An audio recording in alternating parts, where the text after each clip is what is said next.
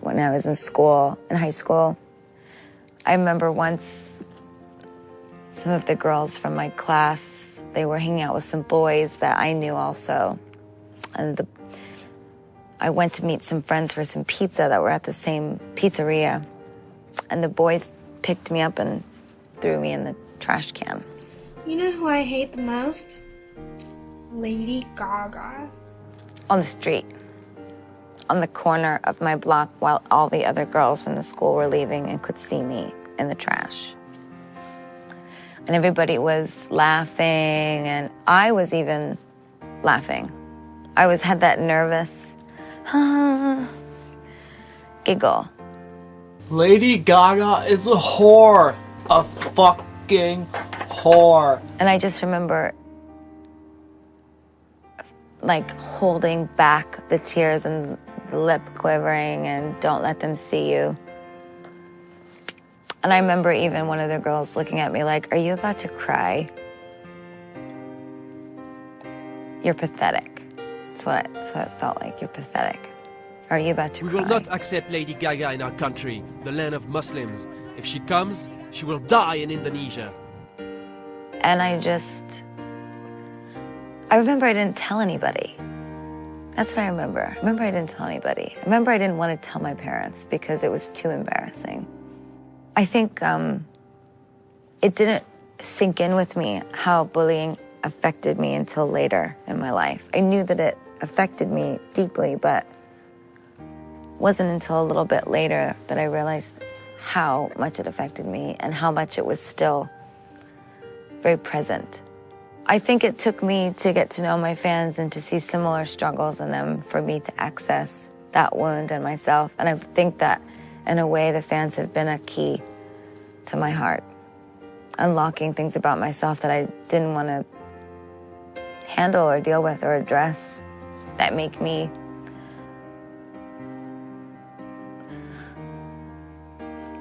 a greater songwriter. At least I know who the fuck I am. Why spend your whole life trying to be somebody that you're not? It's so much more fun to be yourself. Fuck what everybody says. Especially like in high school when I had no friends, I had like maybe 2 or 3 really good friends and everybody else was so mean to me and had a really hard time fitting in. And it's so funny because, you know, I'm famous and popular now, so people are like, oh, she wasn't bullied or no, you know what, fuck you. You don't know what my life is like. I want you to think about all the things that you don't like that you've been through, and I want you to consider all the people in the world that have it much harder than we do. That's how I get through. I get through because I travel the world and I meet so many people that have had it so much harder than me, and I think, fuck, I'm gonna do everything I can to make that person smile. And I'm gonna devote my life to that.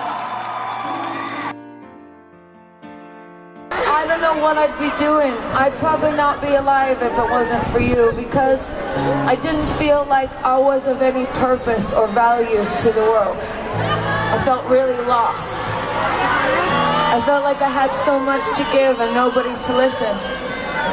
So I want you to know something. Mexico, when you feel like nobody is listening, I am fucking listening! Because what we have is forever. And the Grammy goes to... The Fame Mods for Lady Gaga. Lady Gaga. Oh, shit.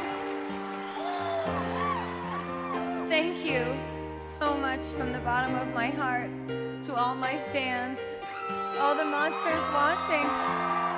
Thank you to my father, my mother, my beautiful sister, Natalie. I love you. I had this dream when I was really young that I could be whoever I wanted to be, and no matter what I visioned for myself, that I would do it no matter who didn't believe in me. Thank you so much, and thank you. I need to say thank you tonight to Whitney Houston. I wanted to thank Whitney because when I wrote Born This Way, I imagined she was singing it because I wasn't secure enough in myself to imagine I was a superstar. So Whitney, I imagined you were singing Born This Way when I wrote it. Thank you.